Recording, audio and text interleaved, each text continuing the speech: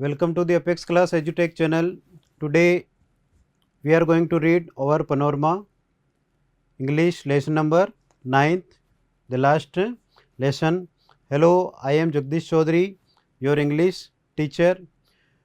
Today, as I said, that we are going to read fully our lesson number 9th from your book Panorama. As you can see on your screen, that this lesson is actually written by Alphonse Daudet, and who is, as its name suggests, that this is a French, means the author is a French. So this lesson also have relevance with French, and actually this lesson is about war. This lesson is about war. So what it says about war, how this have a relation with war, and what actually happens in this lesson, we will come to this section later. But first we pay attention to our lesson's title.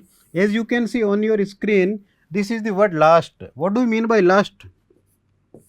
Last has two meaning. Last has two meaning. First one is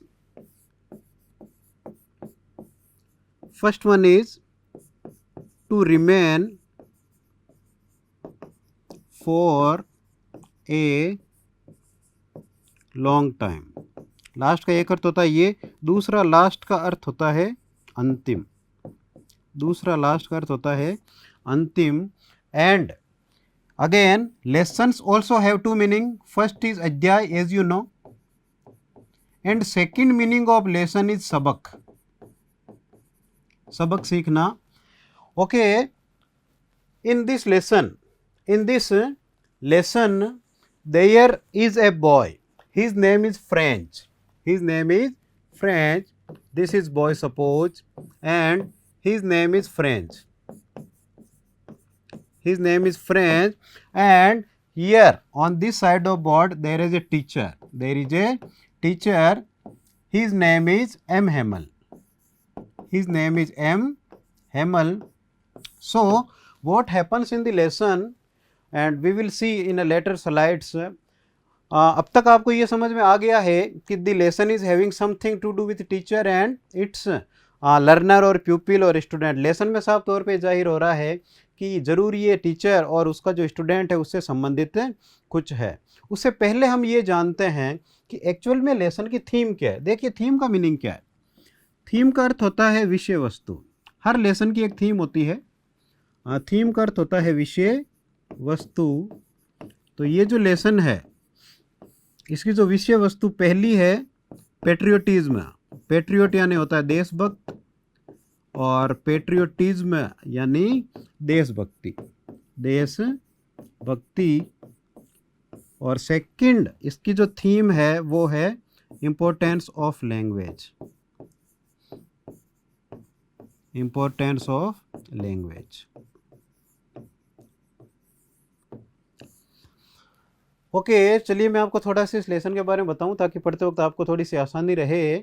actually इस lesson में साफ तौर पे बताया गया है कि जो जर्मनी है उसका जो हेड है, जिसका नाम बिस्मार्क है, उसके द्वारा या उसकी जो सेना है वो फ्रांस के जो दो ज़िले हैं, फ्रांस के जो दो ज़िले हैं जिसका नाम है एल्सास और लोरेन. फ्रांस के दो ज़िले हैं, उसका नाम है एल्सास और लोरेन. उन ज़िलों पर वो क्या करता है, नियंत्रण कर लेता है. उन दो ज़िलों पर वो व्यक्ति क्या करता है, नियंत्रण कर लेता है. और यहाँ पे जैसा आप देख रहे हैं कि पहला जो ज़िला है, ठीक है, उसका नाम क्या है, एल्सेक, और जो दूसरा ज़िला है उसका नाम है लोरेन. ये दोनों जगह कहाँ की है, ये फ्रांस की थी. ये कहाँ की थी, फ्रांस की थी. लेकिन आप देख रहे हैं जर्मनी, आप क्या देख रहे हैं, जो जर्मनी है वो इसके जो दो ज़िले हैं उन पर क्या कर लेता है, नियंत्रण कर लेता है. क्या कर लेता है, नियंत्रण कर लेता है. तो as you know well that when any neighboring country captures a neighboring country's some territory, or we can say province, the remaining people in that location have to follow a new country's things. मेरे कहने का मतलब ये है कि जब एक राष्ट्र दूसरे राष्ट्र पर अधिकार कर लेता है, तो जिस राष्ट्र के द्वारा जिस राष्ट्र पर अधिकार किया जाता है जो राष्ट्र हार जाता है उसे नए राष्ट्र की बातों को मानना पड़ता है, यानी उस नए जगह के लोगों को, जो नया राष्ट्र है उस जगह के जो लोग हैं उनकी प्रथाएं माननी पड़ती है, उस संस्कृति को अपनाना पड़ता है, उनका पहनावा अपनाना पड़ता है। और जो हारे हुए देश हैं उनके लोगों के पास दो ऑप्शन है, या तो वो देश छोड़ के चले जाएं, यदि वो देश छोड़ के दूसरी जगह जाएंगे तो उन्हें अपने देश में जीरो से शुरुआत करनी पड़ेगी, और यदि वो वहाँ रहते हैं तो उन्हें जो है वो सब चीज़ों को फॉलो करना पड़ेगा। ये कंट्री फर्स्ट है। इधर जो एरिया है पूरा कहाँ का है, जैसा आप देख रहे हैं ये फ्रांस का क्षेत्र है, और इधर जो एरिया है वो पूरा किसका है, जर्मनी का है। ये जो पूरा एरिया है वो किसका है, जर्मनी का है। ठीक है, आप देख रहे हैं अपने स्क्रीन पे। तो इस लेसन का इन चीज़ों से क्या संबंध है, हमें यही समझना है। तो जैसा कि मैंने आपको बताया था, इस लेसन में हम ये देखेंगे कि फ्रेंज जो बच्चा है जिसका नाम फ्रेंज है, फ्रेंज एक दिन जो है वो सुबह उठता है, तो उठने के बाद वो उस दिन थोड़ा लेट हो गया था, तो उसका मन करता है कि मैं स्कूल नहीं जाऊं। आपके साथ भी ऐसा ही होता है, स्कूल जाना काफ़ी मुश्किल आपको लगता है, लेकिन आपने लेसन नंबर 4 इसी रेनबो बुक का पढ़ा होगा, not that Gafoor that is Saheb Alam और मुकेश का। उसमें साफ तौर पे ये जाहिर होता है कि उन बच्चों की किस्मत नहीं है स्कूल जाने वाली, और जिनको स्कूल जाने का मौका मिलता है उन्हें स्कूल जाने एक बोझ के तौर पर लगता है।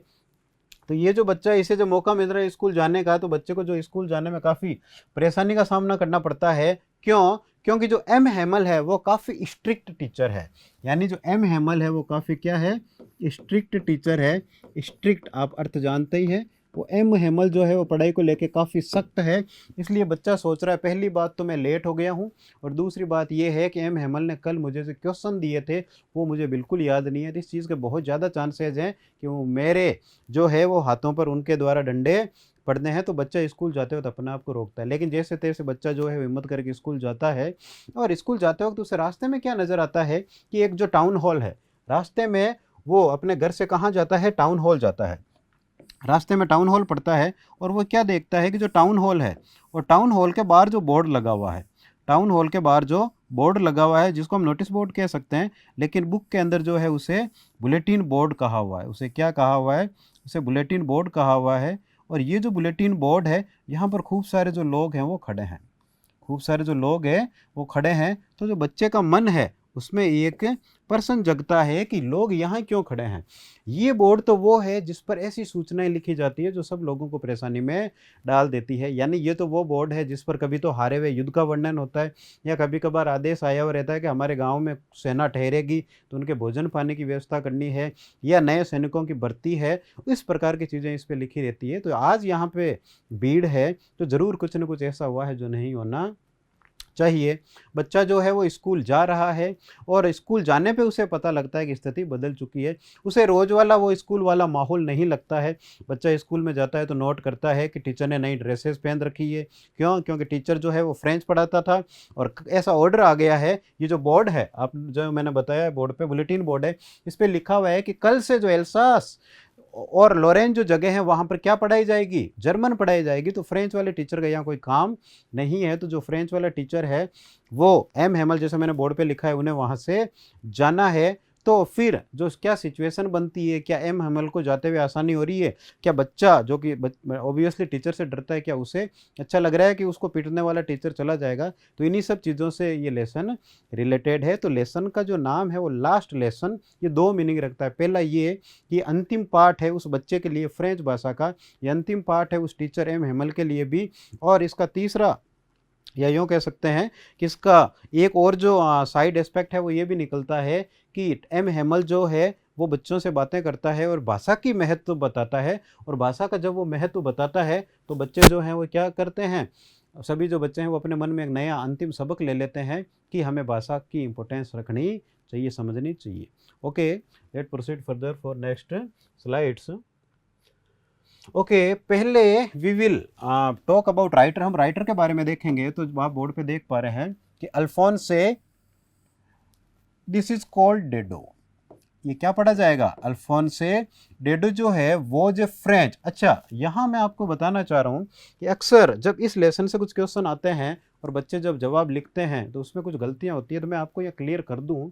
3 वर्ड है जो देखने में सिमिलियर हैं, वो है अलग अलग, बट गलतियाँ अक्सर उनको लिखने के दौरान होती है। तो पहला जो वर्ड है वो फ्रेंच है, पहला वर्ड है वो फ्रेंच है। तो ये फ्रेंच कौन है? वो लड़का है। और दूसरा जो वर्ड है वो है फ्रेंच। क्या है? फ्रेंच। तो फ्रेंच जो है वो लैंग्वेज है, फ्रेंच जो है वो फ्रांस की भाषा है, और फ्रांस के लोगों को भी आप क्या कहेंगे? फ्रेंच। और तीसरा जो वर्ड है वो फ्रांस है। जिनकी इंग्लिश वीक है वो इन तीनों वर्ड्स का ध्यान रखें। और तीसरा जो है वो फ्रांस जो वर्ड है वो उस देश के लिए है। Okay. Alfonso Dedo was a French novelist. So, what do you mean by novelist? Okay, first, where does from this word come from? This is novel. Novel के दो अर्थ होते हैं, एक नोवेल का अर्थ होता है नया, और एक नोवेल का अर्थ होता है उपन्यास। क्या होता है? उपन्यास। और यदि हम इंग्लिश में लिखना चाहें कि नोवेल क्या होता है, तो इंग्लिश में हम लिख सकते हैं एक्सटेंडेड स्टोरी। एक्सटेंडेड स्टोरी, कोई विस्तृत जो कहानी होती है उसे क्या कहा जाता है? उपन्यास कहा जाता है। तो अल्फोंसो डेडो जो है वो फ्रांस के हैं, फ्रेंच है, फ्रांस के पहली बात एक उपन्यासकार हैं, और इसके अलावा वो शॉर्ट स्टोरी राइटर है, वो लघु कथा लेखक भी हैं। क्या है? लघु कथा लेखक भी हैं। And has more than 3 dozen. What do mean by 3 dozen? 3 dozen means almost 36 books are highly celebrated and read all over the world. Works of literature, you know meaning of literature? Literature means what? साहित्य। मतलब उनके द्वारा साहित्य के तहत लिखी गई 36 पुस्तकें या रचनाएं ऐसी है जो बहुत ज़्यादा पढ़ी जाती है। To his credit. So here comes again a new word. Credit का अर्थ क्या होता है? देखिए ध्यान से। देखिए, क्रेडिट जब किताबों में जनरली लैंग्वेजेस में आता है तो उसका मतलब होता है श्रेय, और वैसे क्रेडिट का मतलब क्या होता है? पैसा जमा करवाना। आप जानते हैं ना ये वर्ड? तो क्रेडिट का मतलब होता है पैसा जमा करवाना, ठीक है। बट ये वर्ड यदि बुक्स में आता है, किसी लेसन में आता है, इकोनॉमिक्स के अलावा अकाउंटिंग का अलग आता है, तो इसका मतलब होता है श्रेय। इसका मतलब क्या होगा? श्रेय। यानी 36 ऐसी पुस्तकें हैं जिनको लिखने का श्रेय उनको जाता है। देखिए आगे, ही इज कंसिडर्ड। ही कौन? Writer. Considered means what? Considered का मतलब आप लिख सकते हैं माना जाता है। उन्हें क्या किया जाता है? माना जाता है। और इंग्लिश में आप क्या लिख सकते हैं? Thought as. थॉट एज, उन्हें माना जाता है। To be, be means what? होना। वो है one of the most iconic, one of the most iconic. So what do you mean by iconic? Generally icon क्या है? जैसे मान लीजिए मैं बोर्ड पे लिख दूं या मैं बना दूं, ये किसके आइकन है? ये किसके आइकन है? या मैं यूँ लिख दूं, ये किसी चीज़ को प्ले करने का आइकन है। ये आइकन है। ये क्या है? आइकन है। बट यहाँ पे जो मीनिंग है वो आइकनिक। आइकनिक का मतलब क्या होता है? तो ये चिन्ह है, तो वो चिन्ह है, मतलब लेखक जो है वो चिन्हात्मक तौर पे माना जाता है। किसके बारे में? French literature. यानी जैसे आप फ्रेंच या फ्रांस के साहित्य का नाम लेते हैं, the first image that will come into your mind is about Alphonse Daudet. Suppose you are talking about freedom fighting in India, some faces come or surfaces in your mind that are Bhagat Singh, Chandrasekhar Azad, Mahatma Gandhi, Nehru, Sarojini Naidu and etcetera and etcetera. उसी प्रकार से यदि आप France के साहित्य की बात करते हैं तो आपके दिमाग में पहला जो आएगा वो होगा कौन? Alphonse Daudet. He portrayed, he portrayed. Portrayed means what? Pictured. Portrayed means what? Pictured. उन्होंने जो है इन हिंदी वीकेंड से चित्रित किया है, उन्होंने चित्रित किया है human emotions. Human emotions, human means we and emotions means what? You know well, feeling in a very realistic. What do you mean by realistic? Realistic means real. उनके द्वारा लिखी गई जो चीज़ें हैं उनमें जो पात्र होते हैं, कैरेक्टर्स होते हैं, they are so well managed, so well picturised that while reading we feel that it was real, happened somewhere और सम टाइम। उनकी रचनाओं को पढ़ते वक्त ऐसा लगता है जैसे ये कल्पना नहीं हो कि सच में ये चीज़ें कभी घटित हुई है, और आपको पढ़ने में ऐसा लगता है जैसे आप सच्ची कोई कहानी देख रहे हैं। You know meaning of manner? Manner means what? तरीका। मैनर मीन्स तरीका। Okay, next slide is about the story. What do you mean by this story. As I have already told you, the theme of the lesson is patriotism and relation of a teacher and a student, and this lesson also emphasizes about importance of language in our daily life. Okay, we can see that the last lesson narrates. देखिए यहाँ मैं आपको एक बात बता दूं कि कुछ वर्ड ऐसे होते हैं जिनका अर्थ पता नहीं होता है बच्चों को, और अक्सर वो गलती करते हैं। तो मैं आपके लिए कुछ वर्ड्स लिख रहा हूँ, उनको आपको थोड़ा ध्यान रखना है। जैसे मान लीजिए किसी क्वेश्चन के लास्ट में आपको ये वर्ड लिखा हुआ आ जाए, narrate, इल्यूसिडेट, explain, elaborate, okay, or we can say justify. Actually literally शाब्दिक तौर पे इन सभी के अलग अलग अर्थ हैं, लेकिन मैं आपको बता दूं यदि ये शब्द किसी क्वेश्चन के लास्ट में आते हैं तो आपका जो जवाब है थोड़ा विस्तृत होना चाहिए, थोड़ा बड़ा होना चाहिए। इन सभी का मतलब है इन हिंदी वी कैन से वर्णन करना। वैसे सबका अलग मीनिंग है। Okay, so the last lesson narrates, narrates means what, gives description। ये हमको क्या देता है, description देता है। तो description से क्या आपके दिमाग में भी एक वर्ड आया? जी, मेरे दिमाग में बिल्कुल आया, और वो जो वर्ड है describe, कभी कभार लिखा रहता है describe, इसका मतलब है वर्णन करना, कि आप वर्णन कीजिए। यहाँ मीनिंग क्या है, द लास्ट लेसन नरेट, यानी अंतिम पार्ट जो है वो वर्णन करता है an event. What do you mean bye event? Event का अर्थ होता है हैपनिंग, किसी भी प्रकार का घटनाक्रम।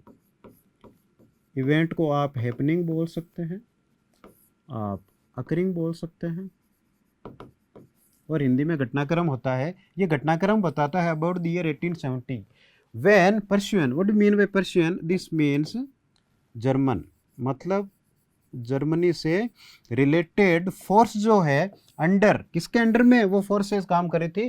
Bismarck. Captured, what do you mean bye capture? Capture word आते हैं आपके माइंड में सीधा आता है पिक्चर कैप्चर करना, पिक्चर क्लिक करना, बट एक्चुअली यहाँ युद्ध की बात हो रही है, तो इसका मतलब है सीज और take hold of, take hold of, यानी हिंदी में आप इसको क्या कह सकते हैं? हथियाना, हथियाना। यानी जो फ्रांस है उसके दो जिले जिनका नाम एल्सेक और लोरेन है, वो हथिया लिए हैं किसने? जर्मनी ने। Okay, writer says that the new Persian rule, the new Persian rule, rule means here what? Government. Here rule means government, and with the sense of pronunciation we often say it is government, no it is government। हम जो है अक्सर ये कह देते हैं government, नहीं, आप गवर्नमेंट नहीं बोल रहे हैं, आप इसे गवर्नमेंट बोल रहे हैं। Rule discontinued means not know, यानी जो जर्मनी है उसने आदेश दे दिया, जर्मनी के शासन ने, गवर्नमेंट ने, कि अब बंद कर दिया जाए क्या? टीचिंग ऑफ फ्रेंच, फ्रेंच भाषा पढ़ानी बंद कर दी जाए। किसमें? स्कूल में। और स्कूल कहाँ के? क्या पूरे फ्रांस को? नहीं, फ्रांस और जर्मनी आज भी अलग अलग है, तो पूरे फ्रांस पर नियंत्रण नहीं किया था। जो दो जिले हैं, पहला है एल्सेक और दूसरा है लोरेन, उन जिलों में क्या नहीं किया जाएगा? फ्रांस की भाषा यानी फ्रेंच जो है वो नहीं पढ़ाई जाएगी, और इस प्रकार का ये आदेश आ गया है। ओके, द फ्रेंच टीचर्स, यानी फ्रांस की भाषा, फ्रेंच पढ़ाने वाले टीचर्स वर आस्क्ड, उनको कहा गया, यहाँ हम लिख सकते हैं ऑर्डर्ड, उनको क्या दिया गया? उनको ऑर्डर दिया गया टू लिव, टू लिव। देखिए लिव, यहाँ लिव का मतलब क्या होगा? चले जाना, ठीक है। नो, अब एम हेमल कुड, यहाँ भी मैं आपको बता दूं कि जनरली एग्जाम में जब क्वेश्चन आता है तो आपका इंग्लिश का फर्स्ट डे फर्स्ट पेपर होता है, और फर्स्ट डे फर्स्ट पेपर में थोड़ी नई जगह होती है, फर्स्ट बोर्ड का पेपर होता है, तो आप थोड़ी हड़बड़ाहट में गलती कर देते हैं। आप गौर से देखें कि हेमल की स्पेलिंग जो है वो HAMEL है, ठीक है। आप HEMAL मत लिखना। जनरली ऐसा ये जो मीनिंग है वो गलत क्यों होता है? देखिए, क्योंकि जो ई है वो ए की मात्रा बनती है। जैसे मैं लिख दूं कमलेश, या जैसे मैं लिख दूं रमेश, सपोज मैं लिखता हूं रमेश, तो ये रमेश, ठीक है, ये जो है वो ए की मात्रा बन रही है, तो ये है जो है वो ये है, यहाँ बन रहा है, वो ए का इस्तेमाल करेंगे और बाद में जो है वो आप किसका इस्तेमाल करेंगे, ए का इस्तेमाल करेंगे। तो हैमल की जो एग्जैक्ट मीनिंग है वो आप बोर्ड पे देख रहे हैं, वो HAMEL है। तो आप कैसे याद रखेंगे, बिल्कुल ऐसे याद रख सकते हैं कि ए पहले आता है और ई बाद में आता है। तो स्पेलिंग को ध्यान से देख लें। M Hamel could no longer means ये मतलब नहीं है कि एम हैमल अब लंबे नहीं है, या लॉन्गर, नो लॉन्गर का मीन्स क्या होगा, not in force. Not in force का मतलब ये नहीं होगा कि वो अब सेना में नहीं है, इसका मतलब ये होगा कि वो अब जो है ये काम यहाँ नहीं करेंगे एक फ्रेंच टीचर के तौर पर।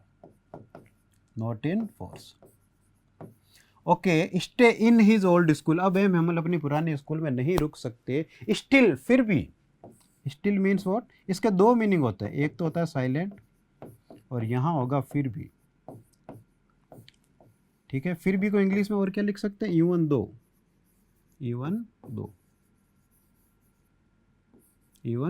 दो, ठीक है। फिर भी उन्होंने ही gave the last lesson to his students with utmost sincerity. Utmost means what, completely. देखिए, ये उस टीचर के लिए एक अंतिम पार्ट था। तो वो जो टीचर था वो ये भी कह सकता था कि हमने बहुत पढ़ाई की है, चलिए आज तो हमारा लास्ट डे है, आज तो फेयरवेल है, चलो हम बैठ के कुछ बातें करें, कुछ गिले शिकवे दूर करें। But the teacher was so highly dedicated then in spite of take some chit chat और some type of gossip, he wanted to give his whole time of that school day in his teaching. This makes him a great teacher. That is why we are reading about him.